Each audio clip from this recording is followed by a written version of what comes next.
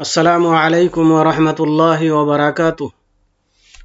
আলহামদুলিল্লাহি রাব্বিল আলামিন ওয়াসসালাতু ওয়াসসালামু আলা আশরাফিল আমবিয়াই ওয়াল মুরসালিন নবিয়িনা মুহাম্মদ ওয়া আলা আলিহি ওয়া আসহাবিহি আজমাইন।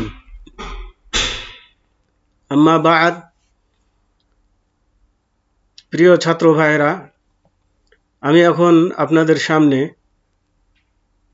ক্লাস 2 এর ফিকর ক্লাস আরম্ভ করছি। বিষয় হচ্ছে ঈদের নামাজ, ঈদের পরিচিতি। আমরা সবাই জানি যে ঈদ মানে খুশি, কিন্তু আসলে ঈদের অর্থ এটা নয়। ঈদকে ঈদ কেন বলা হয়, আসুন আমরা আজকে জেনে নিই ঈদ মানে কি। ঈদ বারবার ঘুরে ফিরে উপস্থিত হয় এবং আনন্দ উৎসব নিয়ে ফিরে আসে, যার কারণে ঈদকে ঈদ বলা হয়। তাহলে এখান থেকে আমরা যেটা বুঝতে পারি সেটা হচ্ছে ঈদ শব্দের অর্থ হচ্ছে ঘুরে ফিরে আসা। তো প্রতি বছর ঈদ আমাদের সামনে ফিরে আসে, এজন্য ঈদকে ঈদ বলা হয়। আর ঈদের মধ্যে আনন্দ উৎসব আছে, এই হিসাবে ঈদ উৎসবের বা আনন্দের এটি বলা যেতে পারে। কিন্তু যখন শাব্দিক অর্থ বলবেন, তখন ঈদ মানে বলবেন যে ঘুরে আসা বা ফিরে আসা। ঈদ মানে খুশি, এমন শাব্দিক অর্থ করলে ভুল হবে।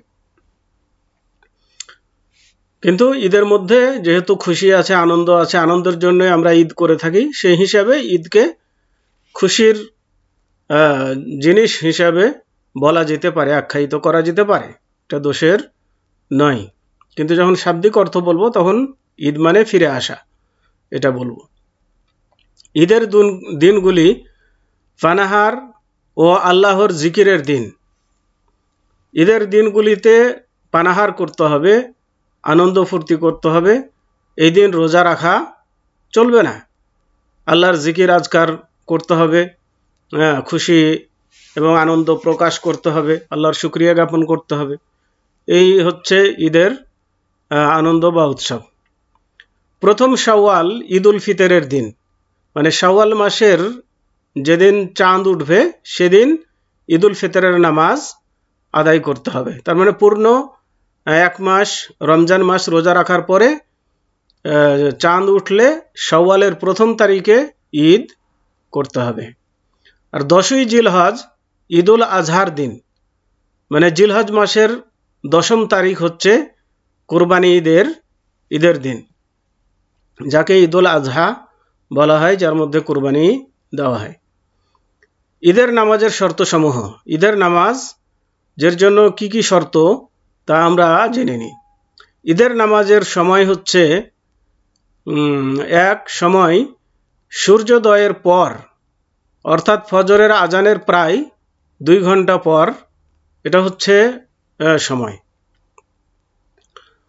মানে জোহরের আগ পর্যন্ত, মানে সূর্য খাড়া হওয়ার আগ পর্যন্ত পড়া যাবে। 2, নামাজ আজান ও ইকামত ছাড়াই উচ্চস্বরে কিরাত করে 2 রাকাত নামাজ পড়তে হবে।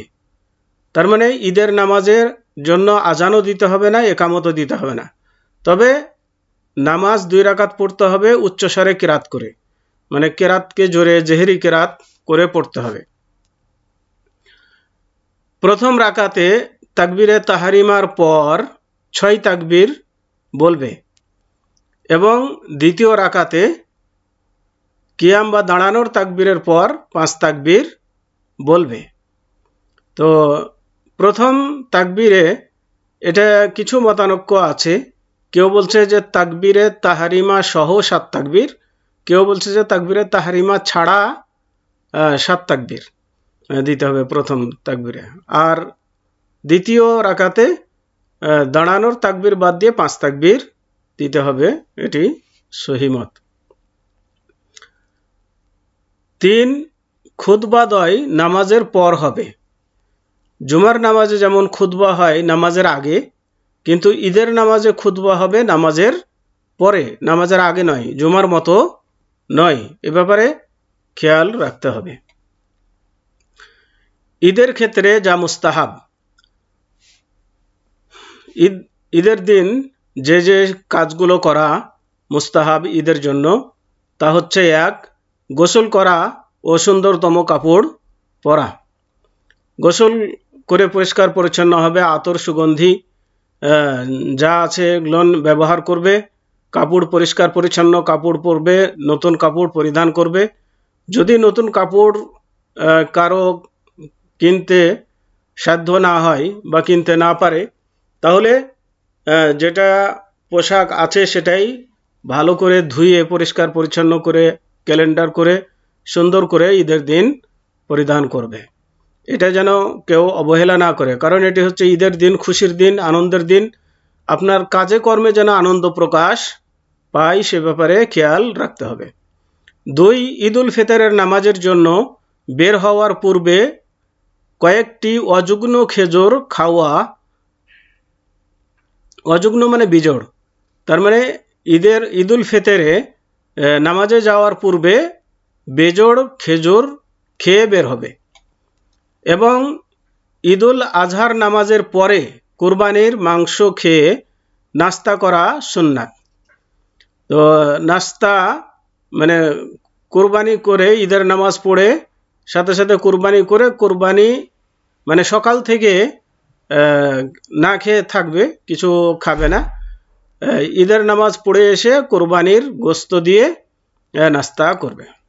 এটাকে অনেকে আবার অর্ধ রোজা বলে আখ্যায়িত করে থাকে, কিন্তু এটা রোজা নয়, এটা হচ্ছে সুন্নাত বা সুন্নাত তরিকা এরকম করা।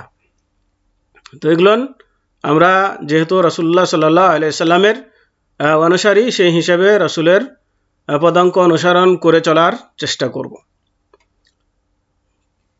খানা খাওয়া সুন্নাত। 3, ঈদের নামাজ শহরের বাইরে পড়া। ঈদের নামাজ শহরের বাইরে মানে মাঠে গিয়ে পড়বে। পদব্রজে এক রাস্তা দিয়ে যাওয়া এবং অন্য রাস্তা দিয়ে প্রত্যাবর্তন করা সুন্নাত। পায়ে হেঁটে এক রাস্তা দিয়ে যাবে ঈদগাহে আর অন্য রাস্তা দিয়ে বাড়িতে ফিরবে, এটা হচ্ছে সুন্নাত। 4, নিম্নলিখিত তাকবীর পড়া সুন্নাত। মানে এই তাকবীরটি পড়বে ঈদগাহে যাওয়ার সময়: আল্লাহু আকবার, আল্লাহু আকবার, লা ইলাহা ইল্লাল্লাহু, আল্লাহু আকবার, আল্লাহু আকবার, ওয়ালিল্লাহিল হামদ। অথবা আল্লাহু আকবার, আল্লাহু আকবার, লা ইলাহা ইল্লাল্লাহু, আল্লাহু আকবার, আল্লাহু আকবার, ওয়ালিল্লাহিল হামদ। এভাবে এই দোয়াটা বিভিন্নভাবে আছে, যে কোনো ভাবে পড়বে। অর্থ: আল্লাহ সবচেয়ে বড়, আল্লাহ সবচেয়ে বড়, আল্লাহ ব্যতীত সত্যিকারের কোনো মাবুদ নেই, আল্লাহ সবচাইতে বড়, আল্লাহ সবচাইতে বড়, এবং সমস্ত প্রশংসা আল্লাহরই জন্য। বিশেষ দ্রষ্টব্য: তাকবীর যৌথভাবে পড়া যাবে না। সবাই মিলে একসাথে তাকবীরগুলো পাঠ করবে দলবদ্ধভাবে, এটা এই পদ্ধতি জায়েজ নয়, এটা বেদাতি পদ্ধতি। বরং নিজে নিজে পড়বে, যত বেশি পারে পড়বে নিজে নিজে। জানাজার বিধিবিধান, তার মানে মানুষ মারা গেলে কি করণীয় সেই বিধান। মৃতকে গোসল দেওয়া: 1, পুরুষ পুরুষদেরকে গোসল দিবে ও মহিলা মহিলাদেরকে গোসল দিবে, এবং স্বামী স্ত্রী প্রত্যেকে এক অপরকে গোসল দিতে পারে। স্বামী যদি ইচ্ছা করে স্ত্রীকে গোসল দিতে পারবে, স্ত্রী যদি ইচ্ছা করে স্বামীকে গোসল দিতে তাও পারবে, এটা নিষেধ নেই, এটা হাদিস থেকে প্রমাণিত রয়েছে।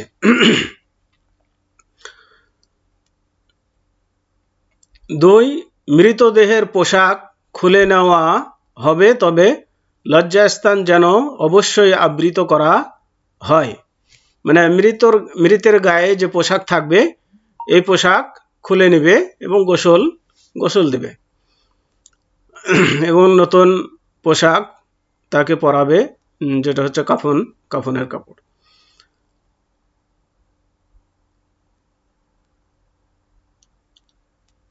3 মলমূত্র বের করার জন্য মৃত দেহের পিঠ সামান্য উঠিয়ে পেটে হালকা চাপ দিয়ে নিংড়াতে হবে, যাতে করে কোনো মলমূত্র থাকলে বের হয়ে যায়। বিশেষ দ্রষ্টব্য, পাক পবিত্র করার সময় অতিরিক্ত পানি প্রয়োজন হলে ব্যবহার করা যাবে। 4 হাত মোজা পরে মৃত ব্যক্তির মলমূত্র পরিষ্কার করবে।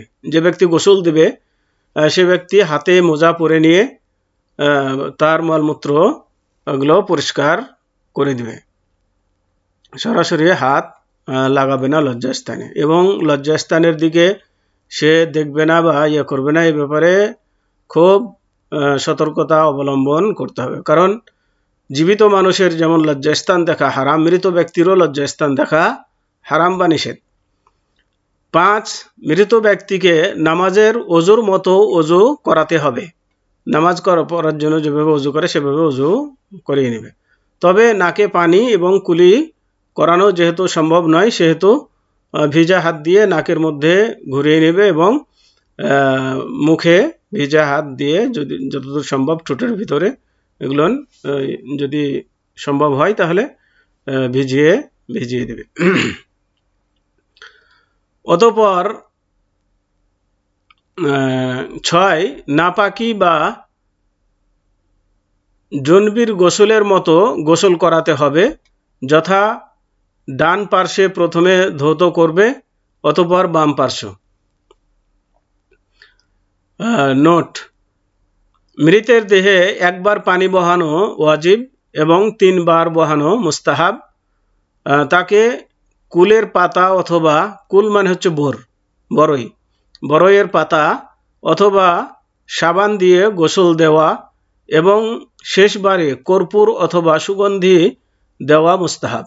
শেষবারে যখন পানি ঢালবে তখন সে পানিতে কর্পূর বা কোনো সুগন্ধি মিশ্রণ করে নেবে। 7 গোঁফ, নখ এবং বগলের চুল লম্বা থাকলে কেটে ফেলবে। গোঁফ মানে মোচ, নখ মানে হাত পায়ের কনি, এগুলো বা বগলের চুল যদি লম্বা থাকে তাহলে এগুলো কেটে ছোট করে দিবে, পরিষ্কার পরিচ্ছন্ন করে দিবে। 8 মহিলার কেশদামকে 3টি বেনি করে বেঁধে দিবে এবং তার পশ্চাতে রাখবে, মানে 3 ভাগ করে চুলগুলোকে বেনি করে দিবে, দিয়ে পিছনের দিকে রেখে দিবে। মৃত ব্যক্তিকে কাফন পরানো। 1 পুরুষের কাফন 3 খানা, বিশুদ্ধ সাদা সুগন্ধিযুক্ত কাফন হওয়া মুস্তাহাব, তবে সাদা না পাওয়া গেলে অন্য কাপড়ও চলবে। 2 মহিলার কাফন 5 খানা,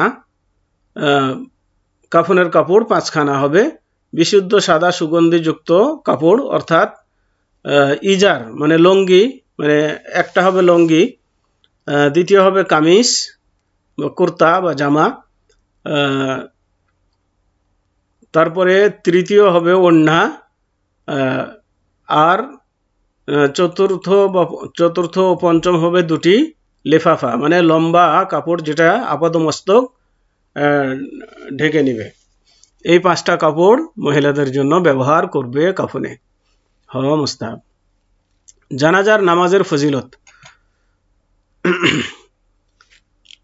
এ মর্মে হাদিস এসেছে, আন আবি হুরায়রা রাদিয়াল্লাহু আনহু قال قال رسول الله صلى الله عليه وسلم من شهد الجنازة حتى يصلي فله قيرات ومن شهد حتى تدفن فله قيراتان قيل وما القيراتان قال مثل الجبلين العظيمين।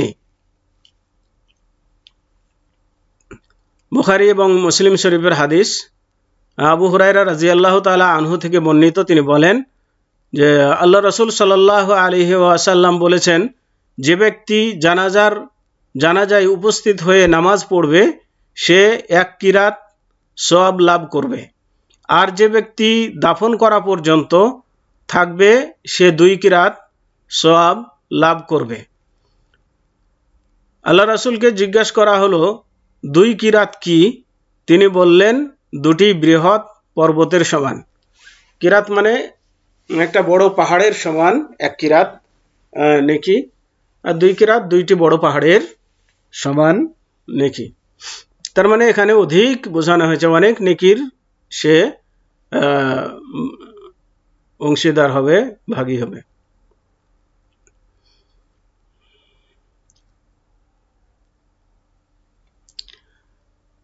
জানাজার নামাজ পড়ার পদ্ধতি। কিভাবে জানাজার নামাজ আদায় করবে? 1. মুসলিম লাশকে ইমাম ও কিবলার মধ্যস্থলে রাখবে। তার মানে কিবলার দিকে রাখবে, রেখে ইমাম দাঁড়াবে, মানে সামনে কিবলা, তার মধ্যে লাশ থাকবে কিবলার দিকে, এরপরে দাঁড়াবে ইমাম। নোট: ইমাম পুরুষ লাশের বুকের সামনে ও মহিলা লাশের মাঝামাঝি দাঁড়াবে। তার মানে মৃত ব্যক্তি যদি পুরুষ হয় তাহলে তার বুকের সামনে বা মাথার সামনে, বুক বরাবর এখানে এনে দাঁড়াবে, আর মহিলা হলে কোমর বরাবর দাঁড়াবে। 2. তাকবীরে তাহারিমা বলবে এবং সকলে আস্তে আস্তে সূরা ফাতিহা পাঠ করবে। তাকবীরে তাহরিমার পরে সূরা ফাতিহা পাঠ করবে। 3. দ্বিতীয় তাকবীর আল্লাহু আকবার বলবে এবং সকলে আস্তে আস্তে নবী সাল্লাল্লাহু আলাইহি ওয়াসাল্লামের প্রতি দরুদ পাঠ করবে, যে দরুদটি আমরা নামাজে পাঠ করে থাকি, এই দরুদ। আর তা হচ্ছে এই: আল্লাহুম্মা সাল্লি আলা মুহাম্মাদিন ওয়া আলা আলি মুহাম্মাদিন কামা সাল্লাইতা আলা ইব্রাহিমা ওয়া আলা আলি ইব্রাহিমা ইন্নাকা হামিদুম মাজিদ। আল্লাহুম্মা বারিক আলা মুহাম্মাদিন ওয়া আলা আলি মুহাম্মাদিন কামা বারাকতা আলা ইব্রাহিমা ওয়া আলা আলি ইব্রাহিমা ইন্নাকা হামিদুম মাজিদ।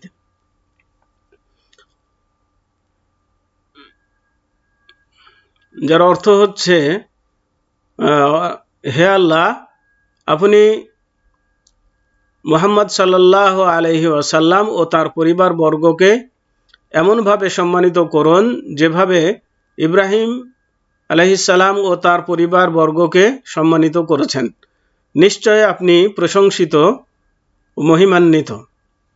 হে আল্লাহ, আপনি মুহাম্মদ সাল্লাল্লাহু আলাইহি ওয়াসাল্লামকে ও তার পরিবার বর্গকে যে সম্মান বা মর্যাদা প্রদান করেছেন সে সম্মান ও মর্যাদা এমনভাবে বলবৎ রাখুন যেমনভাবে ইব্রাহিম আলাইহিস সালাম ও তার পরিবার বর্গের সম্মান বা মর্যাদা বলবৎ রেখেছেন। নিশ্চয় আপনি প্রশংসিত, মহিমান্বিত।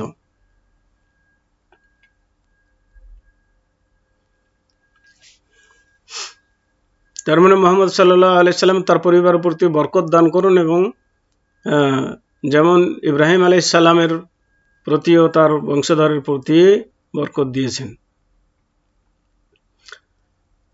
4.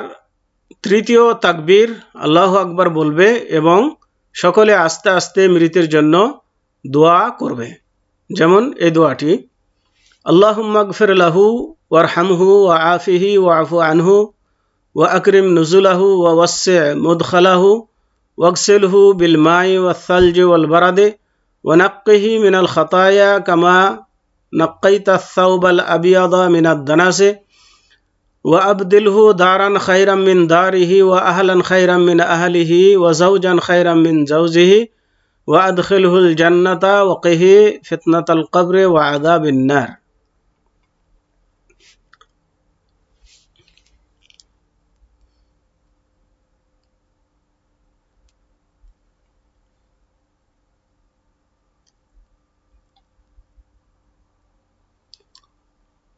অর্থাৎ, হে আল্লাহ, তাকে মাফ করো, তার উপর রহম করো, তাকে নিরাপত্তা দান করো, তাকে ক্ষমা করে দাও, জান্নাতে তাকে মর্যাদাপূর্ণ স্থান দান করো, তার কবরকে সম্প্রসারিত করো, তার গুনাহকে ধুয়ে দাও পানি, বরফ ও তুষার বা শিশির দিয়ে। তাকে গুনাহ থেকে এমনভাবে পরিষ্কার করে দাও যেমন সাদা কাপড়কে ময়লা থেকে পরিষ্কার করা হয়। তার ঘরের চাইতে ভালো ঘর তাকে দান করো।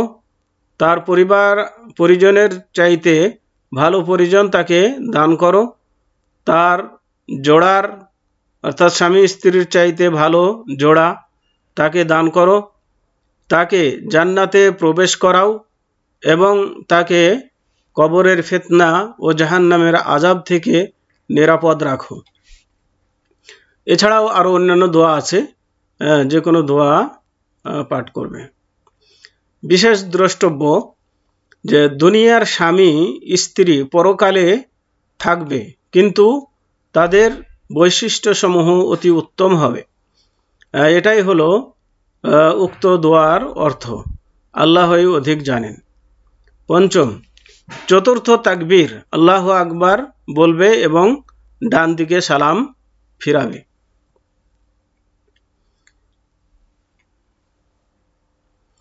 মৃতদেহের দাফন। 1. কবর গভীর ও প্রশস্ত করা মুস্তাহাব।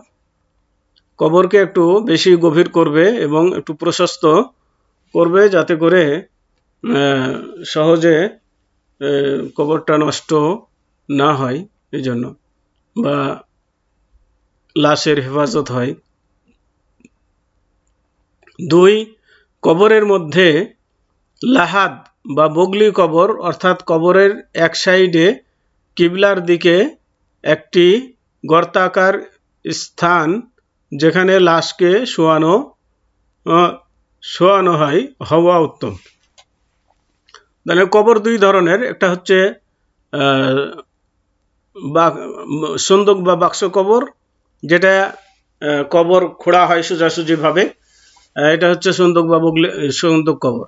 আর বগলি কবর বলে যে কবর আগে খনন করে নেবে, পুরাটা খনন করার পরে কবরের যে কেবলার সাইডের ওয়াল থাকবে, এই ওয়ালে একটা গর্ত করবে, মানে কবরের নিচ থেকে একটা লাশ ঢুকানো যায় এই পরিমাণ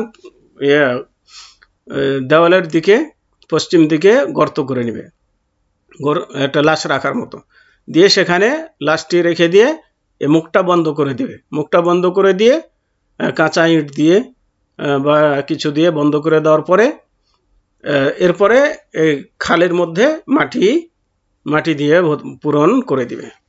তো এটা এই ধরনের কবর হওয়াটা বেশি ভালো, উত্তম, কারণ এ ধরনের কবর নষ্ট কম হয়, লাশের হেফাজত ভালো হয়। 3. মৃতকে তার ডান কাতে কিবলামুখী করে রাখতে হবে, মানে মৃত ব্যক্তিকে তার ডান কাতে কিবলার দিকে মুখটা একটু ঘুরিয়ে রাখবে। 4. ইট ও কাদা দিয়ে বগলি কবর বন্ধ করতে হবে, অতঃপর মাটি দিতে হবে। 5.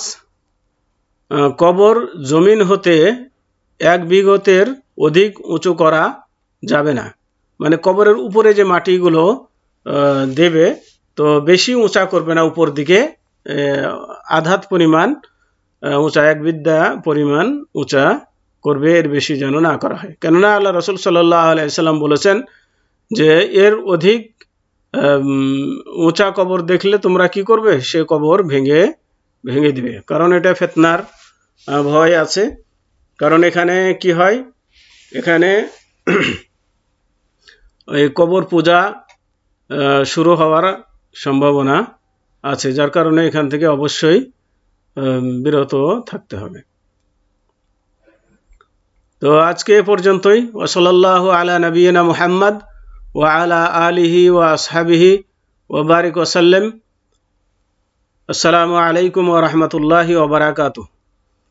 পরীক্ষা অতি সন্নিকটে, অতএব সকল ছাত্র ভাইদের প্রতি অনুরোধ যে এখন থেকেই এই ক্লাসগুলো ফলো করবেন, দেখবেন এবং বইগুলো ভালো করে পড়ে প্রস্তুতি গ্রহণ করবেন। আল্লাহ রাব্বুল আলামিন সবাইকে তৌফিক দান করুন। এই বলে শেষ করছি। ওয়াসাল্লাল্লাহু আলা নবিয়িনা মুহাম্মদ ওয়া আলা আলিহি ওয়া আসহাবিহি ওয়া বারিক ওয়া সাল্লাম।